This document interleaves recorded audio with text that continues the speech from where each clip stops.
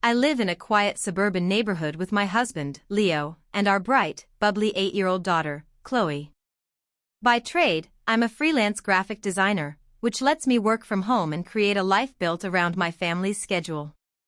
For years, I believed our life was a carefully constructed picture of happiness, but I was about to discover that the frame was cracked and the image it held was a lie, orchestrated by the one person I was supposed to trust. This is the story of how a simple, handmade Mother's Day card revealed a breathtaking betrayal and forced me to tear my family apart in order to save it. Before this story unfolds, I'd love to connect with you. Please let me know in the comments where you're watching from and what time it is in your corner of the world. It's amazing to see how far these stories can travel. Drawn lie. The morning had started with the kind of picturesque sweetness that feels like it's been lifted directly from a commercial.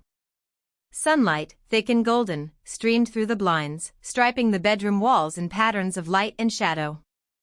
I was still half asleep, nestled in that perfect, warm cocoon of blankets, when the scent of freshly brewed coffee and something distinctly pancake-like drifted up the stairs. A smile touched my lips before my eyes were even fully open. Mother's Day. The door creaked open, and a tiny, conspiratorial whisper echoed from the hallway. "Okay, Daddy, you hold the tray.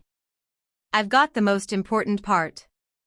I feigned sleep, keeping my breathing even as the little procession made its way to my bedside.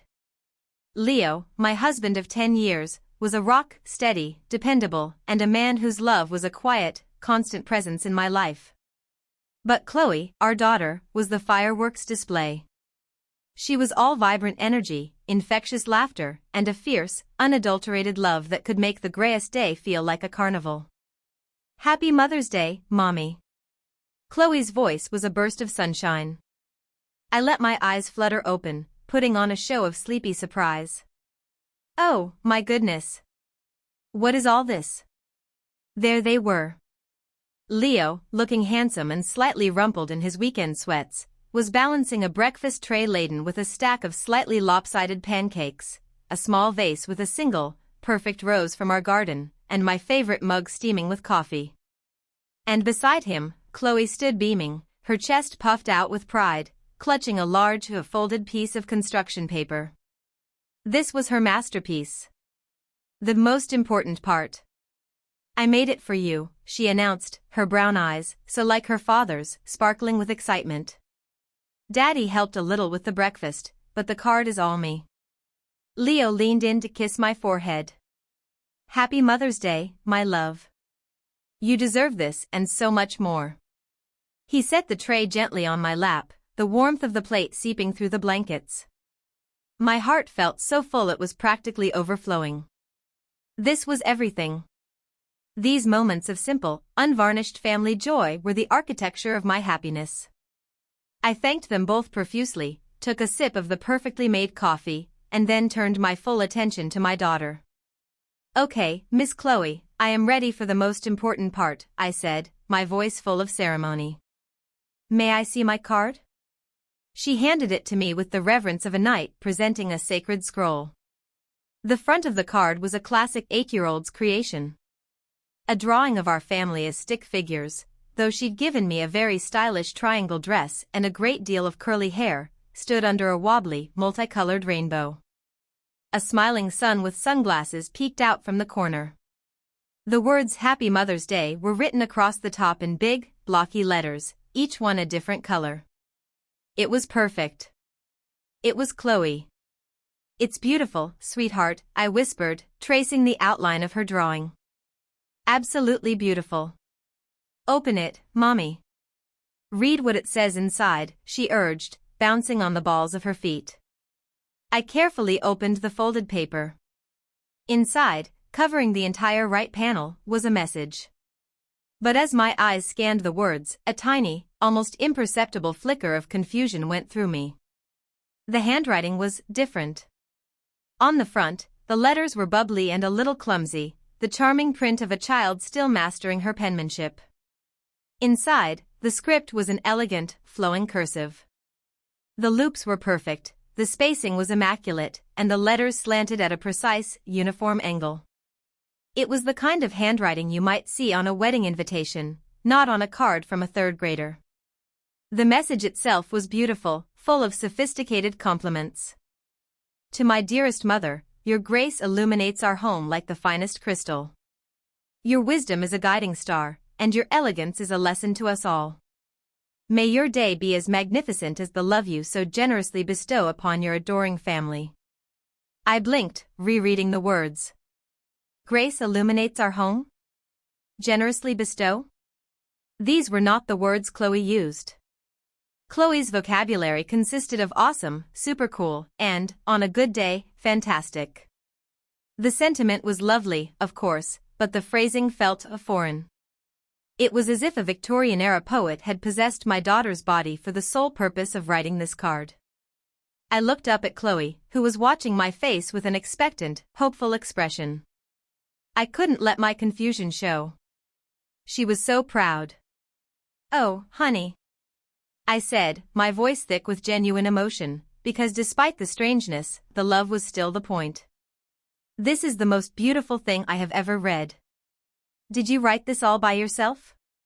She nodded enthusiastically, though a flicker of something, was it hesitation, crossed her face for a split second. "Yep. All me." Leo, who had been watching from the foot of the bed, chuckled. "She had a little help with the spelling, of course.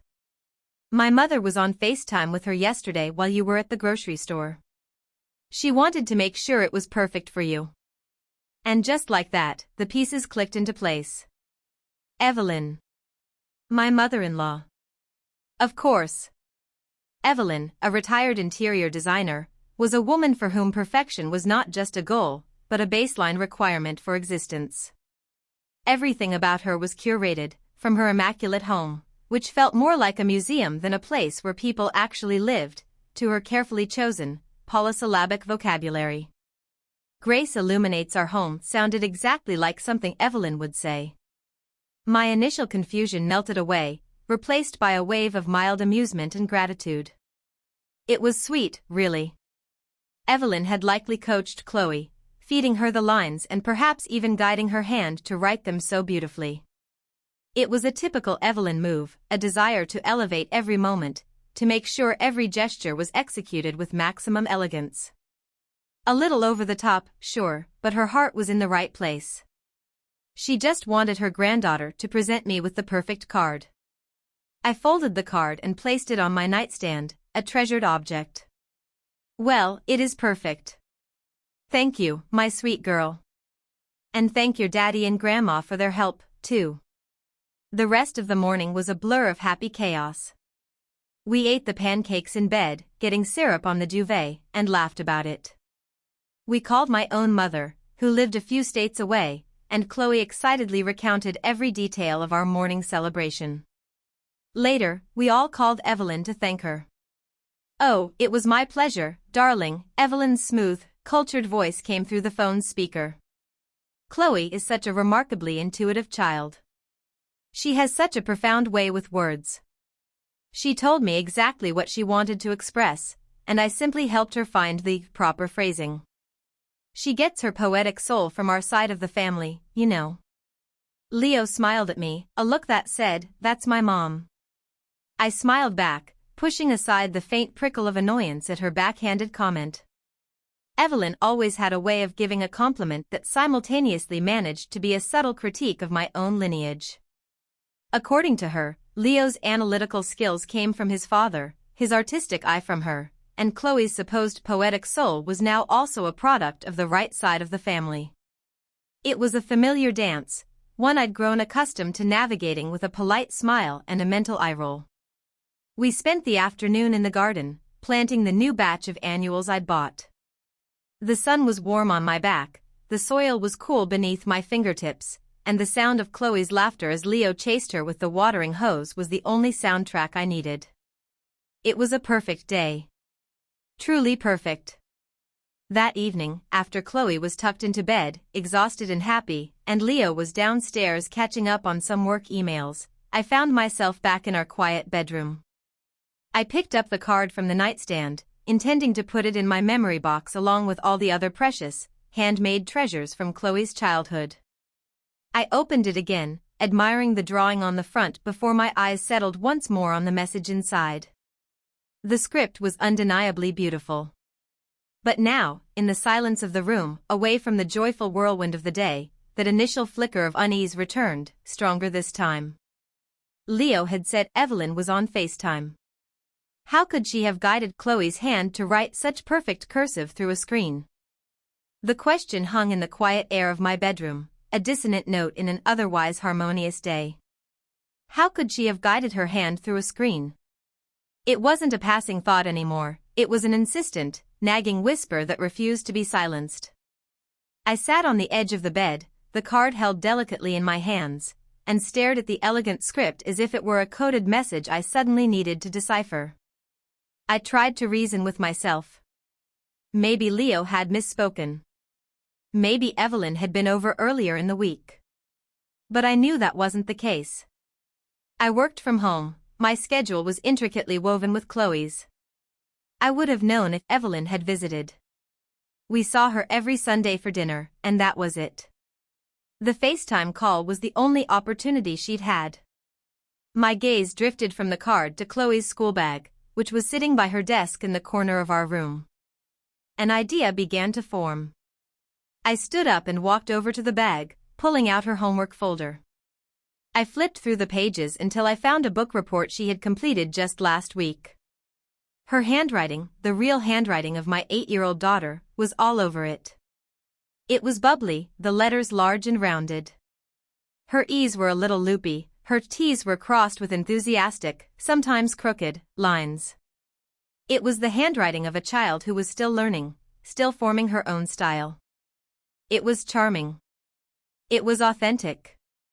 And it was nothing, absolutely nothing, like the script in the Mother's Day card. I laid the book report on the bed next to the card. The contrast was so stark it was laughable.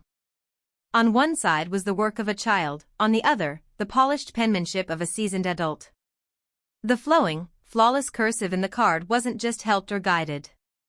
It was written by a completely different person. A cold, heavy feeling began to settle in the pit of my stomach. This wasn't a case of a grandmother helping her granddaughter find the right words. This was a forgery. Evelyn hadn't just coached Chloe, she had written the card herself and had Chloe present it as her own. But why? The question echoed in my mind, far more troubling than the how. Why would a grandmother go to such lengths? For what purpose? To make the card perfect? To impress me? It seemed so absurd, so needlessly deceptive. It was a gesture meant to convey love and appreciation, yet it was built on a foundation of complete dishonesty. The beautiful words that had touched me so deeply that morning now felt hollow and mocking. Your grace illuminates our home like the finest crystal. That wasn't Chloe's love speaking, it was Evelyn's manufactured sentimentality. Your wisdom is a guiding star. It was Evelyn's voice, not my daughter's, I was hearing in my head. The entire emotional core of the gift had been a lie. I felt a surge of anger, sharp and hot. It was followed quickly by a profound sense of hurt. This wasn't just about a card. It was about my daughter being used as a pawn in some strange, unspoken game Evelyn was playing. Chloe had stood there, beaming with pride, presenting a lie she had been instructed to tell. All me, she had said, and the memory of her confident little voice now made my heart ache. Evelyn had put her in a position to lie to me, on Mother's Day of all days. I needed to talk to Leo. He would see how bizarre this was. He would understand why I was so upset. I went downstairs, my feet heavy on the steps. I found him in his home office, his brow furrowed in concentration as he stared at his laptop screen. Leo? I said, my voice softer than I intended. He looked up, his expression relaxing into a smile when he saw me. Hey. Just finishing up this last report. What's up? I held up the card. I need to talk to you about this. About Chloe's card. His smile faltered slightly at my serious tone. He swiveled in his chair to face me fully. Is everything okay? You loved it this morning. I did, I said, trying to keep my voice steady. But look at this. I opened the card and pointed to the cursive inside. Then I showed him the book report I'd brought down with me. Leo, look at the handwriting. This is Chloe's real writing. And this is not. He took both items from me, his eyes flicking back and forth between the two. He frowned. Yeah, they're different. So? Mom helped her. She probably wrote it out for Chloe to copy. Copy? I asked, my voice rising slightly. Leo, this is perfect cursive. Chloe doesn't know how to write in cursive yet, let alone like this. It's flawless. And the words. Generously bestow? Does that sound like our daughter? He leaned back in his chair, a sigh escaping his lips. Morgan, you're overthinking this. My mother is particular. She likes things to be just so. She probably thought it would be a nice touch, make it more special for you. She was just trying to help Chloe make you happy. Don't turn it into something it's not. His dismissive tone felt like a slap in the face. He wasn't seeing it. Or maybe he didn't want to. Leo had always existed in a state of willful blindness when it came to his mother's more challenging personality traits. To him, she was just particular. To me, she was controlling, manipulative, and relentlessly critical, all of it cloaked in a veneer of sophisticated charm. It's not about being particular, Leo, I insisted, my frustration mounting. It's about honesty. She wrote this entire card and had Chloe lie to me about it. She made our daughter lie to my face. Why would she do that? Why would she feel the need to literally put words in Chloe's mouth? She wasn't putting words in her mouth, he countered, his voice taking on a defensive edge. She was helping her express herself. Mom said on the phone, Chloe told her what she wanted to say. Oh, really? I shot back, unable to hide the sarcasm. So Chloe, our 8-year-old, told your mother that my grace illuminates the home? Leo, be serious. This is bizarre, and it's not okay. She's manipulating Chloe. Manipulating? Morgan, that's a very strong word, he said, standing up now. He ran a hand through his hair, a sure sign he was getting agitated. You've never really liked my mother, have you? You're always looking for reasons to find fault with her. The accusation stung deeply. It was the go-to defense he always used when I tried to bring up any issue related to Evelyn. It wasn't about her behavior, it was about my perception. It was my problem. That is not fair, and it's not true, I said, my voice trembling slightly with a mixture of anger and hurt. This isn't about me not liking her. This is about her actions. What she did was fundamentally dishonest. And it involves our child. It's a Mother's Day card, for crying out loud, he said, his voice now raised.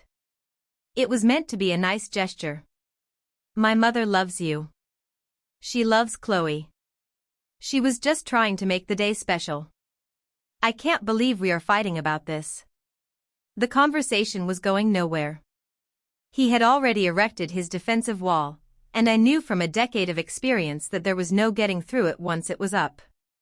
To him, this was a trivial matter, blown out of proportion by my supposed dislike of his mother.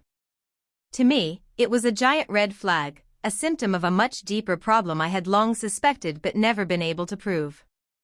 Evelyn's need for control was so profound that she couldn't even allow my daughter's genuine, childish expression of love to reach me untainted. It had to be filtered, polished, and rewritten in her own voice.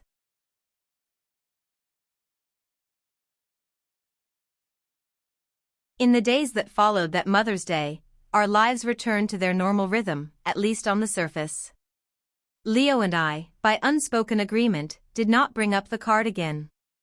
We slipped back into our comfortable routine of shared calendars and end-of-day debriefs, but a new, subtle tension hummed just beneath the surface, a low-frequency dissonance that only I seemed to feel. Leo had dismissed my concerns, and in doing so, had left me feeling isolated in my own home. If he couldn't see the strangeness in the card, what else was he missing? I knew then that I would have to navigate this alone. My unease had solidified into a quiet resolve. I was no longer just suspicious, I was watchful. I began to observe Evelyn's interactions with Chloe not as a daughter-in-law, but as an investigator. I needed to understand the why behind the card. Was it a one-time, misguided attempt at perfection, as Leo believed? Or was it, as I feared, part of a larger, more calculated pattern of behavior? The following Sunday, we went to Evelyn's for our weekly family dinner. Her house was, as always, immaculate. It was a symphony of tasteful neutrals, polished surfaces, and strategically placed art pieces. It was beautiful, but it was also sterile.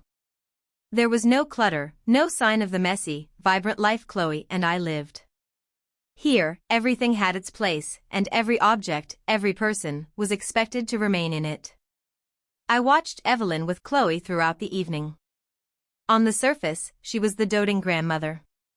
She bought Chloe a new, rather expensive-looking sketchbook and a set of professional-grade colored pencils. For a budding artist with a poetic soul, she'd announced, shooting a meaningful glance in my direction. "That's so thoughtful of you, Evelyn," I said, my smile feeling tight on my face. "Of course, darling," she replied, her voice smooth as silk. "It's vital to nurture a child's natural talents. We can't let them be stifled by, well, mediocrity." The barb, subtle as it was, landed exactly where she'd intended. I was a graphic designer, an artist by trade. The implication was clear: I wasn't doing enough to nurture my own daughter's creativity. This was her signature move, the passive-aggressive critique disguised as a helpful observation. For years, I had absorbed these little cuts, telling myself I was being too sensitive. Now, I saw them for what they were: tiny, deliberate cracks she was trying to make in my confidence, in my role as a mother. Later, while I was helping her clear the dinner plates, I overheard her talking to Chloe in the living room. Chloe was showing her a drawing she'd made in the new sketchbook. "It's lovely, sweetheart," Evelyn was saying. "But you see how you've drawn the tree here? The branches should reach upwards, towards the light. Like they're aspiring to something greater. Let Grandma show you." I paused in the doorway, hidden from their view.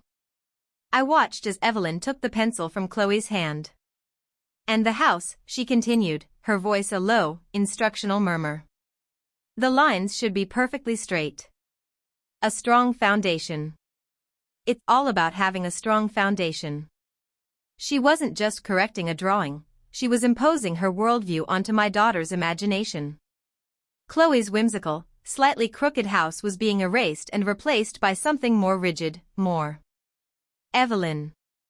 Chloe, who usually bristled at being told what to do, was quiet and receptive. She watched her grandmother with wide, attentive eyes, soaking it all in. A chill went down my spine. This was more than just a grandmother sharing her artistic opinion. This was indoctrination, disguised as a drawing lesson. The next week, the evidence became even more blatant. Chloe came home from school with a note from her teacher. There was a parent-teacher conference scheduled, and they wanted us to sign up for a time slot. I put it on the kitchen counter, intending to discuss it with Leo that evening. Evelyn was scheduled to pick Chloe up from school the next day, as I had a rare in-person meeting with a client. When I got home, I found Chloe at the kitchen table, diligently doing her homework. Evelyn was sitting beside her, a serene smile on her face. "She's been such a good girl," Evelyn announced as I walked in. We finished our homework, had a healthy snack, no sugary nonsense, and even started on her reading. "That's great, honey," I said, kissing the top of Chloe's head. As I did, I noticed the parent-teacher conference slip on the table. The form had been filled out and signed. In perfect, elegant cursive, my name, Morgan, was written on the signature line. I froze. I stared at the signature, then looked at Evelyn. My heart was pounding. She had signed my name. She had taken it upon herself to fill out a school form and forge my signature. I picked up the slip, my hand trembling slightly. Evelyn, I began, my voice dangerously calm. Why is this filled out? She didn't even have the grace to look guilty. She simply waved a dismissive hand. Oh, that. I saw it on the counter and didn't want you to forget. You have so much on your plate, dear. I just picked a time that I knew worked for you and took care of it. It's no trouble at all. You signed my name, I said, the words feeling heavy and foreign in my mouth. Well, of course, she said, as if it were the most natural thing in the world. It needed a signature. Honestly, Morgan, you should thank me. That school is so particular about getting those slips back on time. I looked at Chloe, who was watching the exchange with a confused and worried expression. I couldn't have this conversation in front of her. I took a deep, steadying breath, fighting back the tide of rage that was threatening to consume me. Evelyn, I said, my voice low and firm. I need to speak with you. In the other room. Now. I walked into the living room, not waiting to see if she would follow. She did, her posture radiating an air of aggrieved innocence. I closed the door behind us. You cannot sign my name to school documents, I said, keeping my voice down but infusing it with all the steel I could muster. You cannot make decisions about my schedule. That is a boundary you do not get to cross. Ever. She let out a delicate, offended sigh. My goodness, Morgan. You are being terribly dramatic. I was trying to help. Is it so wrong for a grandmother to want to be involved and helpful? This isn't helping, Evelyn, I shot back. This is controlling. Just like the Mother's Day card.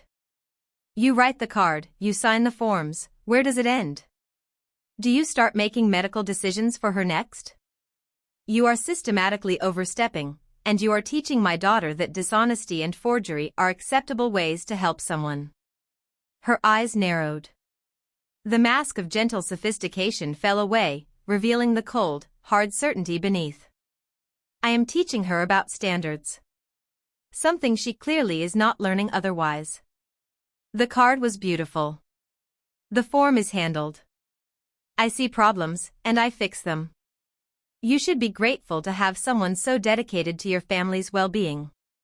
The sheer audacity of her statement left me momentarily speechless. She genuinely believed she was in the right. In her mind, her actions were not just justified but necessary. She saw me as incompetent, a mother who needed her superior guidance and intervention to function correctly. The porcelain veneer of our relationship was cracking right before my eyes, revealing the ugly, rotten core. Your involvement is not welcome when it involves deceit and undermining my authority as her mother, I said finally, my voice shaking with barely suppressed fury. This stops now. You will not help with her homework anymore. You will not fill out her forms. You will not put words in her mouth. Am I making myself clear? She drew herself up to her full height, a look of pure disdain on her face. You are making a very big mistake, Morgan. Leo will not be pleased to hear how you've spoken to me. It was a threat, plain and simple. She was going to run to Leo, paint me as the hysterical, ungrateful daughter-in-law, and he, as always, would rush to her defense. I don't care, I said, the words feeling liberating. This is my child and my family. Your influence, as it stands, is no longer welcome. She stared at me for a long moment, her eyes like chips of ice. Then, without another word, she turned, snatched her purse from the entryway table, and walked out the front door, slamming it behind her. I stood in the silent living room, my body trembling. I had finally drawn a line in the sand. But as I listened to the sound of her car speeding away, I knew this wasn't the end. It was the beginning of a war. And I had a sinking feeling that she had been preparing for it far longer than I had. Chapter 4, Whispers in the Hallways. The fallout from my confrontation with Evelyn was both immediate and predictable. Less than an hour after she'd stormed out of our house, my phone rang. It was Leo. I knew from the curt, clipped way he said my name that Evelyn had already gotten to him. What did you say to my mother? He asked, without any preamble. His voice was tight with anger. I sank onto the sofa, feeling a wave of exhaustion wash over me. I calmly and rationally explained what had happened. I told him about the forged signature on the school form, about how it was part of the same pattern of behavior as the Mother's Day card. I explained that I had set a clear boundary and that his mother had reacted with a threat. His response was a deep, frustrated sigh. A threat? Morgan, she probably just meant she was going to talk to me about it, which she has every right to do. Forging your signature is not great, I admit. But she explained it to me. She was worried you'd forget. Her intentions were good. Why do you always have to assume the worst of her? It was happening again. I was presenting him with concrete evidence of his mother's manipulative behavior, and he was reframing it, softening the edges, making excuses for her. He heard forgery and translated it to a well-intentioned mistake. Leo, good intentions don't make it okay, I pleaded, trying to keep the desperation out of my voice. She is actively undermining me. She is teaching Chloe that it's okay to lie and to go behind my back. Don't you see how dangerous that is? What I see, he said, his voice cold, is that my mother is terrified of you right now. She called me in tears, saying you screamed at her and threw her out of the house. She said you accused her of trying to poison Chloe against you. It sounds like you completely lost control. In tears? The image was so absurd it would have been funny if it weren't so infuriating. Evelyn hadn't shed a tear, she had been cold with fury. She wasn't terrified, she was tactical. She had twisted the entire event, painting herself as the fragile victim and me as the unhinged aggressor. And Leo was buying it, hook, line, and sinker. That is not what happened, and you know it, I said, my own anger rising. But it doesn't matter what I say, does it? You've already chosen a side. The silence on the other end of the line was his answer. We ended the call a few minutes later, the chasm between us wider than ever. He was coming home, but I knew he was coming home to a wife he saw as unreasonable, not to a partner whose concerns he valued. That night, the atmosphere in our house was thick with unspoken resentment. We moved around each other like strangers, our conversation limited to terse, logistical questions about Chloe's bedtime and who was making lunches for the next day. I felt a profound sense of loneliness. I was fighting a battle for the soul of my family, and my own husband was standing on the other side of the field.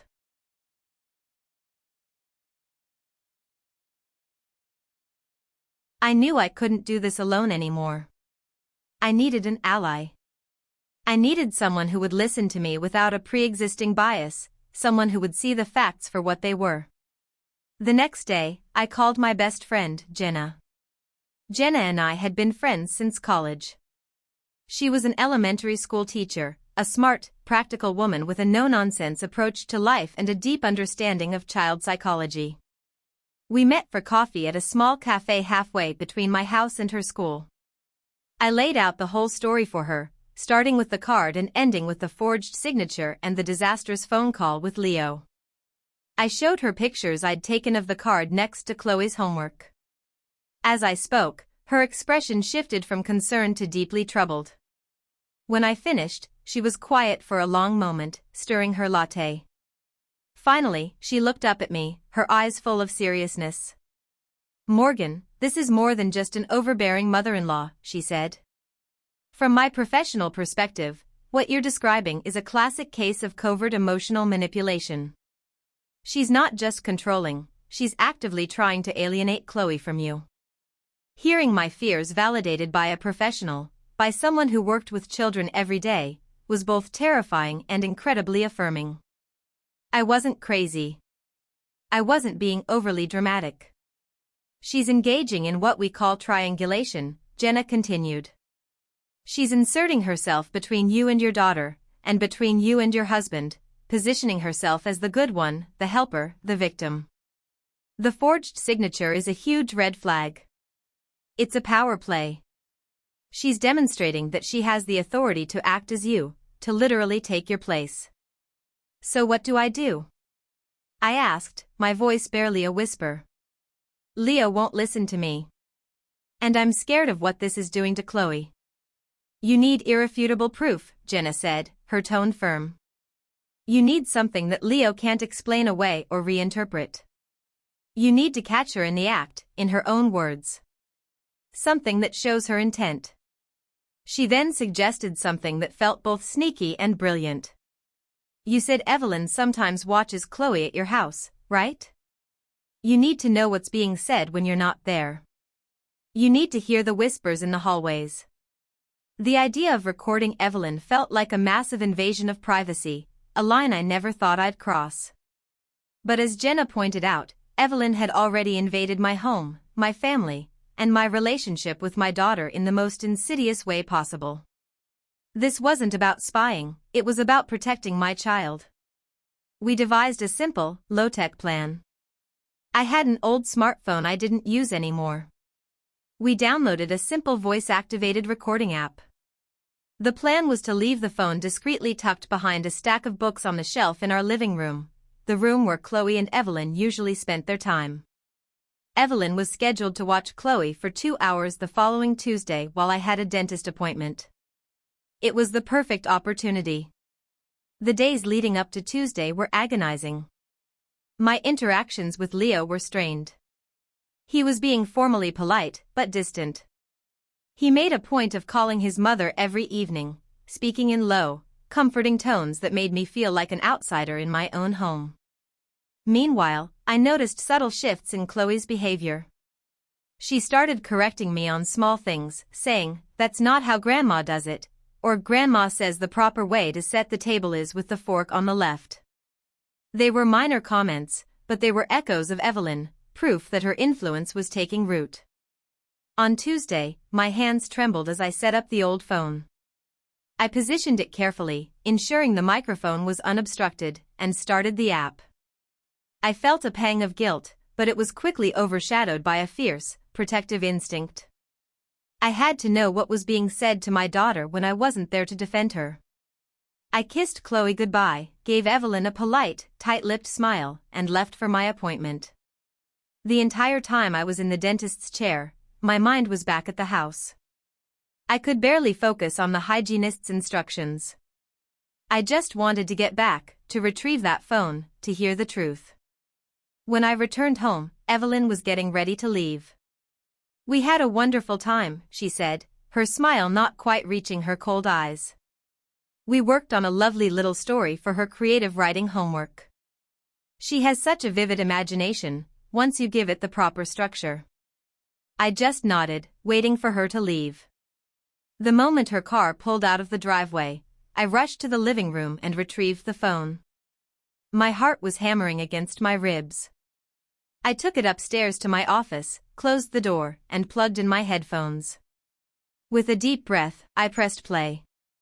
For the first 20 minutes, it was just the normal sounds of an afternoon, the TV playing a cartoon, Chloe chattering about her day at school, Evelyn making appreciative noises. Then, the conversation shifted. I heard Chloe talking about a small disagreement she'd had with me that morning over which jacket to wear. And then, I heard Evelyn's voice, smooth and conspiratorial. "Oh, darling," she cooed. "You mustn't worry about that. Your mommy gets flustered sometimes. She has a lot on her mind, and she can't always make the best decisions. That's why you and I have to stick together. We have to help her." The breath caught in my throat. "Sometimes," Evelyn continued, her voice dropping to a near whisper, "mommies get tired, and they get things wrong. It's not their fault. But it's our little secret, okay? Grandma knows what's best.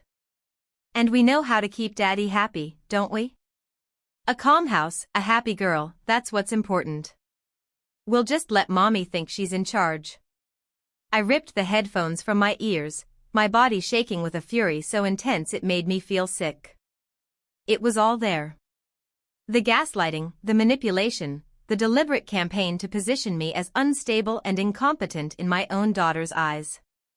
She was teaching Chloe to lie, to keep secrets from me, to see me as a problem to be managed. This wasn't just a whisper in the hallway. This was a declaration of war. And I finally had the ammunition I needed. Chapter 5: The Unspoken Truth. I sat in the silence of my office, the recording a toxic echo in my mind. For a long time, I couldn't move.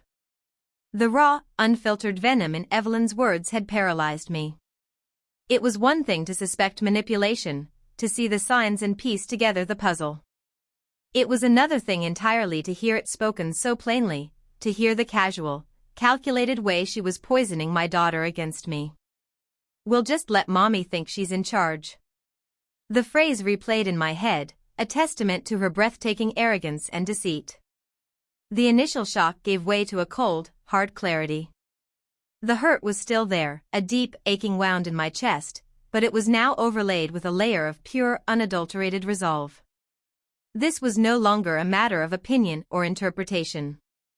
This was not something Leo could dismiss as me being too sensitive or misunderstanding her intentions. This was the unspoken truth, captured in audio, undeniable and damning. My first instinct was to storm downstairs, find Leo, and force him to listen. I wanted to see the look on his face when he finally heard the mother he so staunchly defended for what she truly was. But I stopped myself. A direct confrontation, fueled by my current rage, would be messy and chaotic. It would give Evelyn an opportunity to twist the narrative again, to claim I had trapped her, to play the victim. No. This required a different approach. If Evelyn's game was one of careful staging and manipulation, then I would have to beat her at it. My plan needed to be as calculated and deliberate as her campaign against me had been. I spent the rest of the afternoon meticulously planning. I saved the audio file to my laptop in a secure cloud drive. I listened to it again, this time with a notepad, transcribing the most incriminating phrases. The more I listened, the colder my anger became. It was no longer a blazing fire but a block of ice in my gut. The key was Leo. He was the linchpin. His denial was the shield Evelyn had been hiding behind for years. To get to her, I had to first get through to him, completely and irrevocably. I couldn't just play him the recording, I had to prepare the ground, to make him receptive to the truth he had so long resisted. That evening, when Leo came home from work, I didn't greet him with anger. I didn't mention the recording. Instead, I was calm, almost unnervingly so. The tension between us was still there, a heavy blanket in the air, but my newfound certainty gave me a sense of peace. I was playing a long game now. Over the next few days, I began to gently lay the groundwork. I didn't bring up Evelyn at all. Instead, I focused on Chloe. I started asking Leo gentle, non-accusatory questions about her behavior. "Have you noticed Chloe seems a little anxious lately?" I asked one evening as we were cleaning up after dinner. She asked me 3 times today if the shirt she picked out was elegant enough. That's not a word she normally uses. Leo frowned. She's probably just picking it up from my mom. She spends a lot of time with her. I know, I said softly. But it's not just that. She told me yesterday that we shouldn't make noise when you're working because a calm house keeps Daddy happy. It felt coached. Like something an adult told her to say. I could see a flicker of concern in his eyes. He loved Chloe more than anything. The idea that she was feeling anxious was something that would penetrate his defenses in a way my own complaints never could. I was planting seeds of doubt, not about his mother directly, but about the effect his mother's influence was having on our daughter. I was framing it as a problem we needed to solve together, as parents. The perfect opportunity to present my evidence came a week later.